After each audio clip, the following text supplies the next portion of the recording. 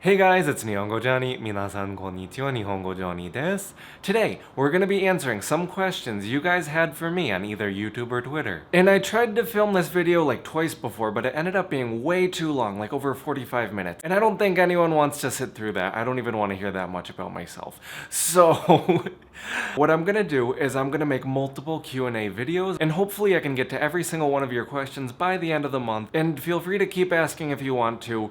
I'm choosing these questions completely at random. No one's being favored or anything. I literally have a list of boxes on my screen that I tap and it brings up the next question. So I hope your question gets answered. If it doesn't, I'm gonna try to get to it by the end of October. So without making you guys wait any longer, let's get into the questions.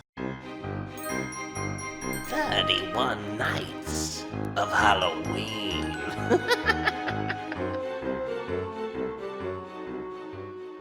Doan from YouTube says, "Hey Johnny, I'm 18 and I'm watching from Germany. I also learned Japanese on my own and I'm interested in legends and urban myths, so your channel is really matching for me. My question is, what places in Japan you like the most, since I consider spending some time there?" This is a really good question. First off, I want to say thank you so much for watching from Germany. It blows my mind that people all over the world are watching my channel. And also, Germany is one of the places I really want to go and visit. As for your question, I lived in Kyushu, which is the southern island of Japan, and I really enjoyed this.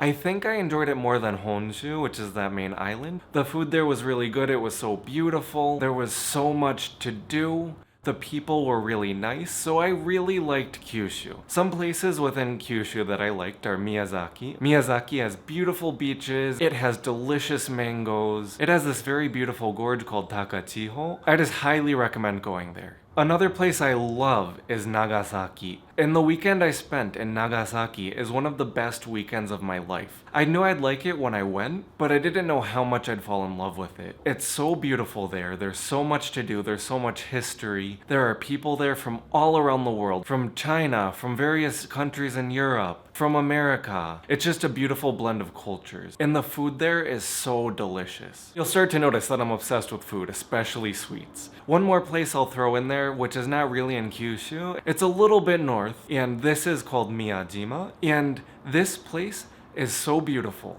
It has a beautiful shrine. It is filled with deer that will come right up to you. You can pet them. And it's just so much fun. One dessert there that I highly recommend is called momiji manju. And momiji manju is like a cake that is in the shape of a maple leaf. And it is so delicious, and it's famous all around Japan, so I highly recommend you give that a try. So just wrapping that up, I loved Miyazaki, Nagasaki, Miyajima. There's so many other places that I loved, but I think those are my top 3. El Kukui on Twitter asked, "What kind of cookies do you like?" My favorite kind of cookie is chocolate chip, hands down. But there is that Pillsbury like ghost cookie that you can buy around Halloween that's pre-cut and you can just make yourself. And they have those like purple ghosts on them. I might be crazy, I don't know. Let me know if you've seen them in the comments below. I think those are the best. Mr. Reality on Twitter asks, "How on earth did you learn Japanese? I try and try." So learning any language is pretty difficult. I honestly don't think Japanese is that much harder than any other language. I think it's overemphasized how difficult it is. This is because everything in Japanese follows a rule. There's very little exceptions to that rule. Unlike English and other languages where just everything is an exception. But some tips I have are 1, learn vocabulary. This is so important. I teach Japanese on the side, and I can't tell you guys how many students I've had that thought you could learn Japanese without learning vocabulary. And that just makes it really hard to have any kind of conversation. Tip number 2, it is a language, it's use it or lose it, so I'd try to use it every day. Whether you're just writing down a 3-word sentence, or if you're just listening to your favorite show in Japanese, listening to Japanese music, you want to hear it, see it, use it every single day, even if it's just a little bit. Because the moment you stop, that's when you're going to start forgetting things. Tip number 3, make mistakes. Have fun with the language. You're gonna make mistakes, and it's better to try and figure out you're wrong and how to fix it than to not say it at all, because then you'll never improve, just like anything else. And my final tip, which is something everybody who knows a second language will know what I'm talking about, know that not everything translates directly into another language. Just because we can say, "I'll take a rain check" in English and know that that means let's do it another time, you can't just look up the words "I'll take a" and "rain check" in Japanese and put them together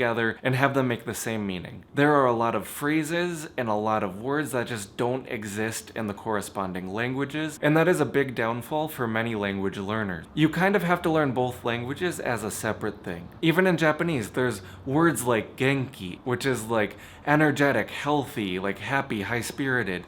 And that doesn't exist at all in English. You can't translate it, the idea exists, but there's no word that fits perfectly. Same thing with my favorite phrase, otsukare-sama desu. And otsukare-sama desu means like you're working hard. I see you're working hard, you're doing a good job. It's a nice greeting to greet your coworkers. It has many meanings, but it doesn't exist in English. I'm sure there are tons of phrases in English that don't exist in Japanese as well. So it can be difficult to learn another language, but if you try your best every day and work hard at it, you'll get there. Spades of Death Narrations on Twitter asked, what or who motivated you to start YouTube? This is going to be a really long question for me to answer, so I'm going to avoid what motivated me for now because I know somebody else asked me that same question, but I'll talk about who motivated me. And these are some of my favorite YouTubers who have gotten me through some pretty tough times, such as Loey Lane, Hailey Reese, Graveyard Girl, Shane Dawson. Just watching their stuff helped me out so much, and I want to provide the same thing for other people. So those are some of the people who motivated me to start YouTube. Me Like Movies on Twitter asked, have you ever had any paranormal things happen with the ghost of a dead celeb? The answer to this question is no. I haven't had many experiences with living celebrities, yet alone dead, so I don't think I ever will, but who knows. There was that time though where I met Robert Downey Jr. when I lived in Massachusetts, and that made my life because I am a huge Marvel fan. Taylor Moon on Twitter asked, what scares you the most in this world? My answer to this one would probably have to be people. People scare me the most. I'm not really scared of anything paranormal. Like, if something were to happen, it would be scary, but it doesn't really scare me that much. I think that when I turn on the TV and people are killing each other and people are doing bad things to each other, that scares me, especially when I leave the house. Because anyone can do anything, and you just never know. So that's kind of what scares me the most in this world. The Creepy Archives on Twitter asked, what do you like and dislike about making the style of videos you make? You guys are asking really good questions. The thing I like the most about making these kinds of videos is that I get to talk about two things I love, the paranormal and Japan. I also get to teach Japanese, which is my passion. So whenever I make these videos, it makes me really excited, and I get so happy when you guys are enjoying it as well, because that way we're both sharing passions. The thing I dislike about these styles of videos is that I can't really put too much of my personality into them. I don't want to waste too much time babbling in videos, I just want to get straight to the point and talk about Japanese urban legends and the things you guys want to hear. It's hard for me to kind of put myself into each of those videos. I do enjoy doing them, but I think it would be good to have like my own kind of personal videos like this as well. So if you guys like this sort of thing, please let me know. I'd be really happy to make more videos like this. Nicole on Twitter asked, are there any paranormal things or topics you will absolutely not talk about or mess with? So one highly requested topic that I don't really want to touch upon is the Aokigahara Forest, which most of you guys already know it as the Suicide Forest. This is a topic that I feel is too overdone. I feel like it's a really sad place. I don't feel like there should be any entertainment purposes taken out of that. If I ever do a video on it, I don't think it's going to be the type of video that you guys will be expecting. It's not really a topic that I ever plan on touching. Sir Spooks on Twitter asked, how did it feel recording your first few videos? Were you nervous? And how does it feel now? How did it feel moving to Japan when, I'm assuming, everyone knew you lived in the US? Before I start the question, I want to give a big thank you to Sir Spooks. He is an amazing man. He does amazing videos. If you haven't checked him out yet, I'll put a link in the description below. He has been such a huge supporter of this channel, and I can never thank him enough. So when I recorded my first video, I was ready. YouTube was a thing that I wanted to do since YouTube came out. I used to have a channel where I didn't really show my face, I just did like random things on that channel. But I was always too self-conscious and not sure what to do, so I didn't want to make a channel and put myself out there. But the day I made my first video, I remember waking up and just being completely ready. I knew it was the day. I knew I was going to make a video, I was going to put it out there, and just all the energy was there. I put a lot of work into my first video, and it was actually harder to make my second and third ones because I felt like even though my first video wasn't that good, I felt like I couldn't live up to that because I put so much work and energy into my first video. But as time went on, and now when I make the videos, I just get really excited.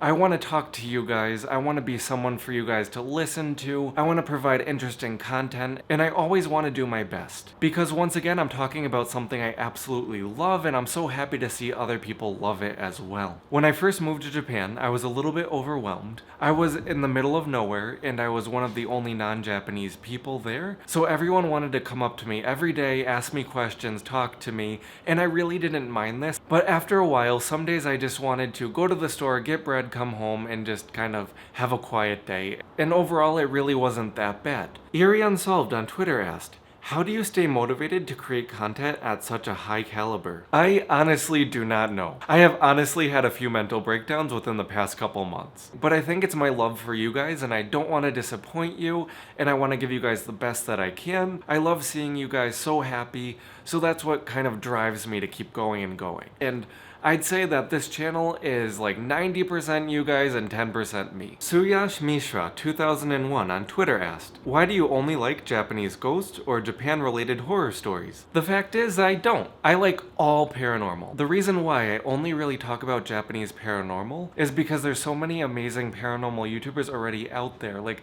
Hailey Reese and Loey Lane. All those YouTubers make amazing content, and I don't want to just be repeating stuff that they already said. For time's sake, I'm gonna stop here today. If I didn't get to your question today, I'm really sorry, but I'll try to get to everyone's questions throughout the month of October. And if you haven't already, please don't forget to hit subscribe, hit that bell, and hit the like button. And I'll see you guys in the next video.